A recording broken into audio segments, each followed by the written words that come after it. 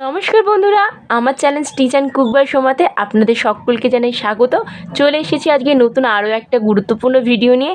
আজকের ভিডিওটা কিন্তু ভীষণই গুরুত্বপূর্ণ হতে চলেছে। তো আজকের ভিডিওর মাধ্যমে আমি আপনাদেরকে সঠিক নিয়মে মোহরার মাপ শেখাবো, কীভাবে আপনারা মোহরার মাপ সঠিক নিয়মে একদম নিতে পারেন। তো যারা আমার চ্যানেলটা এখনও সাবস্ক্রাইব করেনি, আগে চ্যানেলটি সাবস্ক্রাইব করে নিন, কেননা আমার এই চ্যানেলে নতুন নতুন আরও ভিডিও আসতে চলেছে। তো সেগুলো দেখার জন্য আপনাদেরকে আগে চ্যানেলটি সাবস্ক্রাইব করে রাখতে হবে এবং নোটিফিকেশান অন করে রাখতে হবে। তাহলে যখনই আমি নতুন কোনো ভিডিও আপলোড করব সেটা আপনারা সঙ্গে সঙ্গে সেটা কিন্তু দেখতে পাবেন। তো দেখতেই পাচ্ছেন সঠিক নিয়মে আপনাদেরকে যে মোহরা আমি এখানে শেখাবো, মোহরার কীভাবে মাপটা নিতে হয়। তো এর আগে কিন্তু আমি পুটের মাপ দেখিয়েছি, কীভাবে সঠিক নিয়মে একদম পিঠের লেন্থ অনুযায়ী পুট ভেঙে নিতে হয়।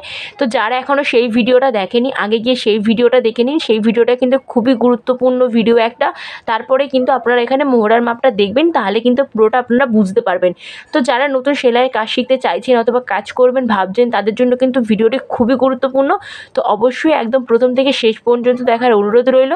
তো চলুন আজকের ভিডিওটা শুরু করা যাক। তো দেখুন, প্রথমে দেখাচ্ছি এখানে আমি একটা ব্লাউজের ড্রয়িং করে রেখেছি।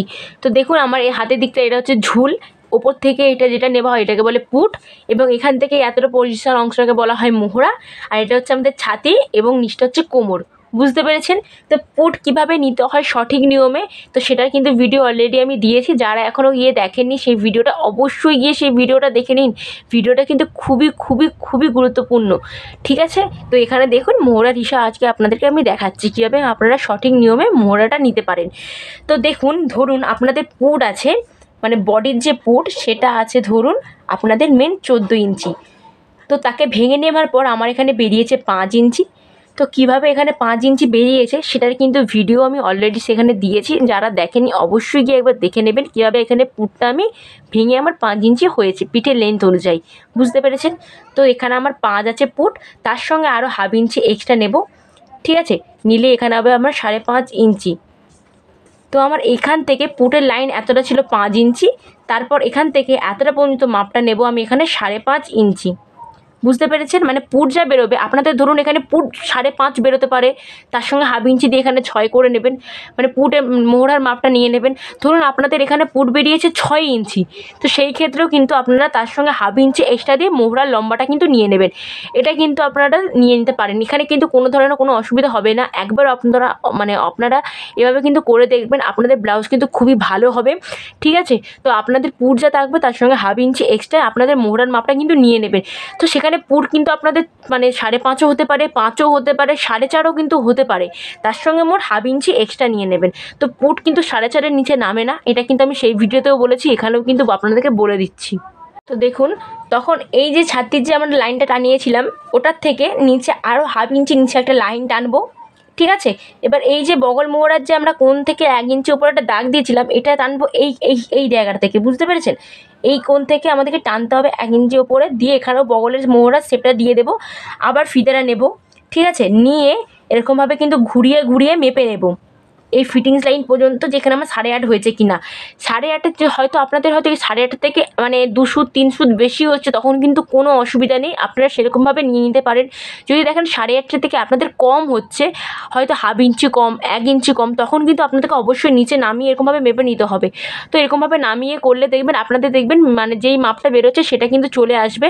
এবার দেখুন, এটা হচ্ছে আপনাদের যদি মানে কম হয়ে যায়, এবার আপনাদেরকে বলছে যদি বেশি হয়ে যায়, ধরুন 8.5 থেকে আপনাদের বেশি হয়ে গেছে, মানে প্রথমটাতে এরকমভাবে করতে, এই যে আপনাদের প্রথমে যে করেছিলাম 5.5 থেকে, তো এইভাবে করতে আপনাদের কিন্তু হয়তো 8.5 থেকে বেশি হয়ে যাচ্ছে। তখন আপনারা কি করবেন, তখন এই যে দাগটা আমরা প্রথমে দিয়েছিলাম তার আরও হাফ ইঞ্চি ওপরে একটা দাগ টানবো, টেনে এটাকেও কিন্তু সেমভাবে এই দাগ থেকে কোণ থেকে উপর থেকে 1 ইঞ্চি উপরে একটা দাগ দেবো, দিয়ে এরকমভাবে রাউন্ড করে দেখে নেব। বুঝতে পেরেছেন? ঠিক যেমনভাবে দিতে হয় সেরকমভাবে। তো দিয়ে দেওয়ার পর এটাকেও আবার দেখবেন এরকমভাবে মেপে নেব। এরকমভাবে মেপে নেবার পর দেখবেন আপনাদের যেই মাপটা থাকবে সেই মাপটা কিন্তু চলে আসবে।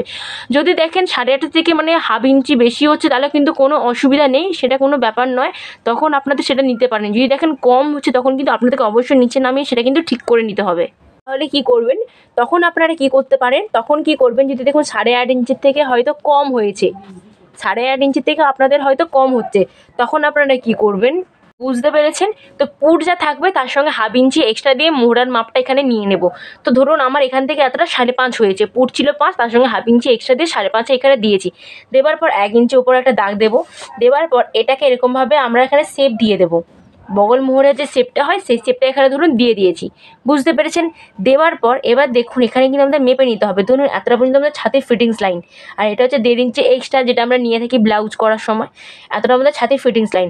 এবার দেখুন এখানে আমার মানে বডি থেকে নেওয়ার পর মাপটা বেরিয়েছে, মেন বেরিয়েছে কত, মোহরার মাপ 16 ইঞ্চি।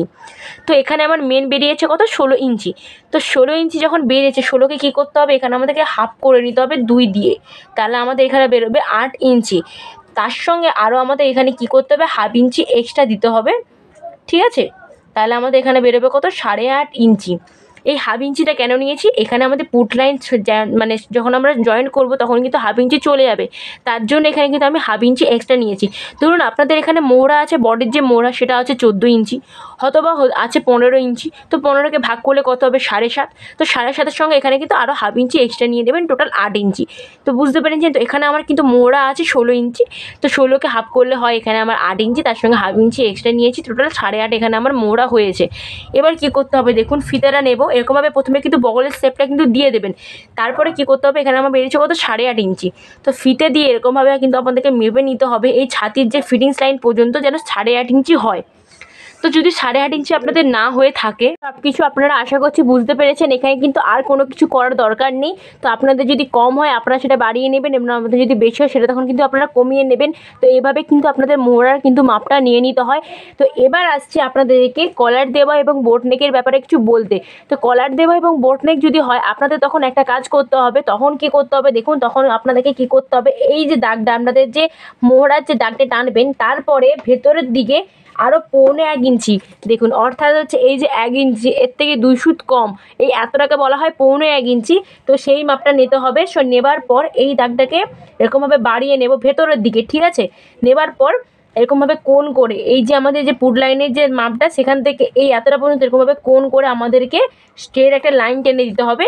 এবার এই যে আমরা মোহরার যে দাগটা দিচ্ছিলাম 1 ইঞ্চি ওপরে, সেই দাগটা দিতে হবে এইখান থেকে। তো নেবার পর এরকমভাবে 1 ইঞ্চি নেওয়ার পর এরকমভাবে রাউন্ড করে আপনারা মোহরার কিন্তু এখানে শেপ দিয়ে দেবেন। তো এটা আপনারা কিন্তু সামনের পার্টে করবেন, আর এটা সবসময় কিন্তু বোট নেক এবং যখন কলার দেওয়া হবে তখন করবেন। বুঝতে পেরেছেন? যদি বোট নেক এবং কলার দেওয়া হয় তখনই কিন্তু আপনারা এরকমভাবে করবেন, এবং এটা কিন্তু সামনের দিকেই শুধুমাত্র হবে। বুঝতে পেরেছেন? তো পিছন দিকের কিন্তু পার্টের এখান থেকে হবে, যে আমরা মোহরার দাগটা টেনেছি সেখান থেকে। আর যখন আমরা সামনের পার্টটা কাটিং করব তখন কিন্তু এরকম ভেতরের দিকে দিয়ে মানে 1.25 ইঞ্চি ভেতরে দাগ টেনে তখন কিন্তু আমাদের করতে হবে। তো এটাকে বলা হয় তালপাট কাটিং। তো তখন কিন্তু আমরা এরকম ভেতরের দিকে করব, এবং সেটা হচ্ছে বোট নেক এবং যখন আমরা কোনো কলার দিয়ে বা ব্লাউজ করব সেই ক্ষেত্রে। তো বুঝতে পেরেছেন? তো আশা করছি আপনাদের এখানে পুরোটা আমি বোঝাতে পেরেছি, এবং আপনাদের যদি কোনো প্রশ্ন থেকে থাকে অবশ্যই কিন্তু আমাকে কমেন্ট করবেন, আমি কিন্তু রিপ্লাই দেবো। তো আশা করছি আপনাদেরকে পুরো ভিডিওটা ভালো লেগেছে।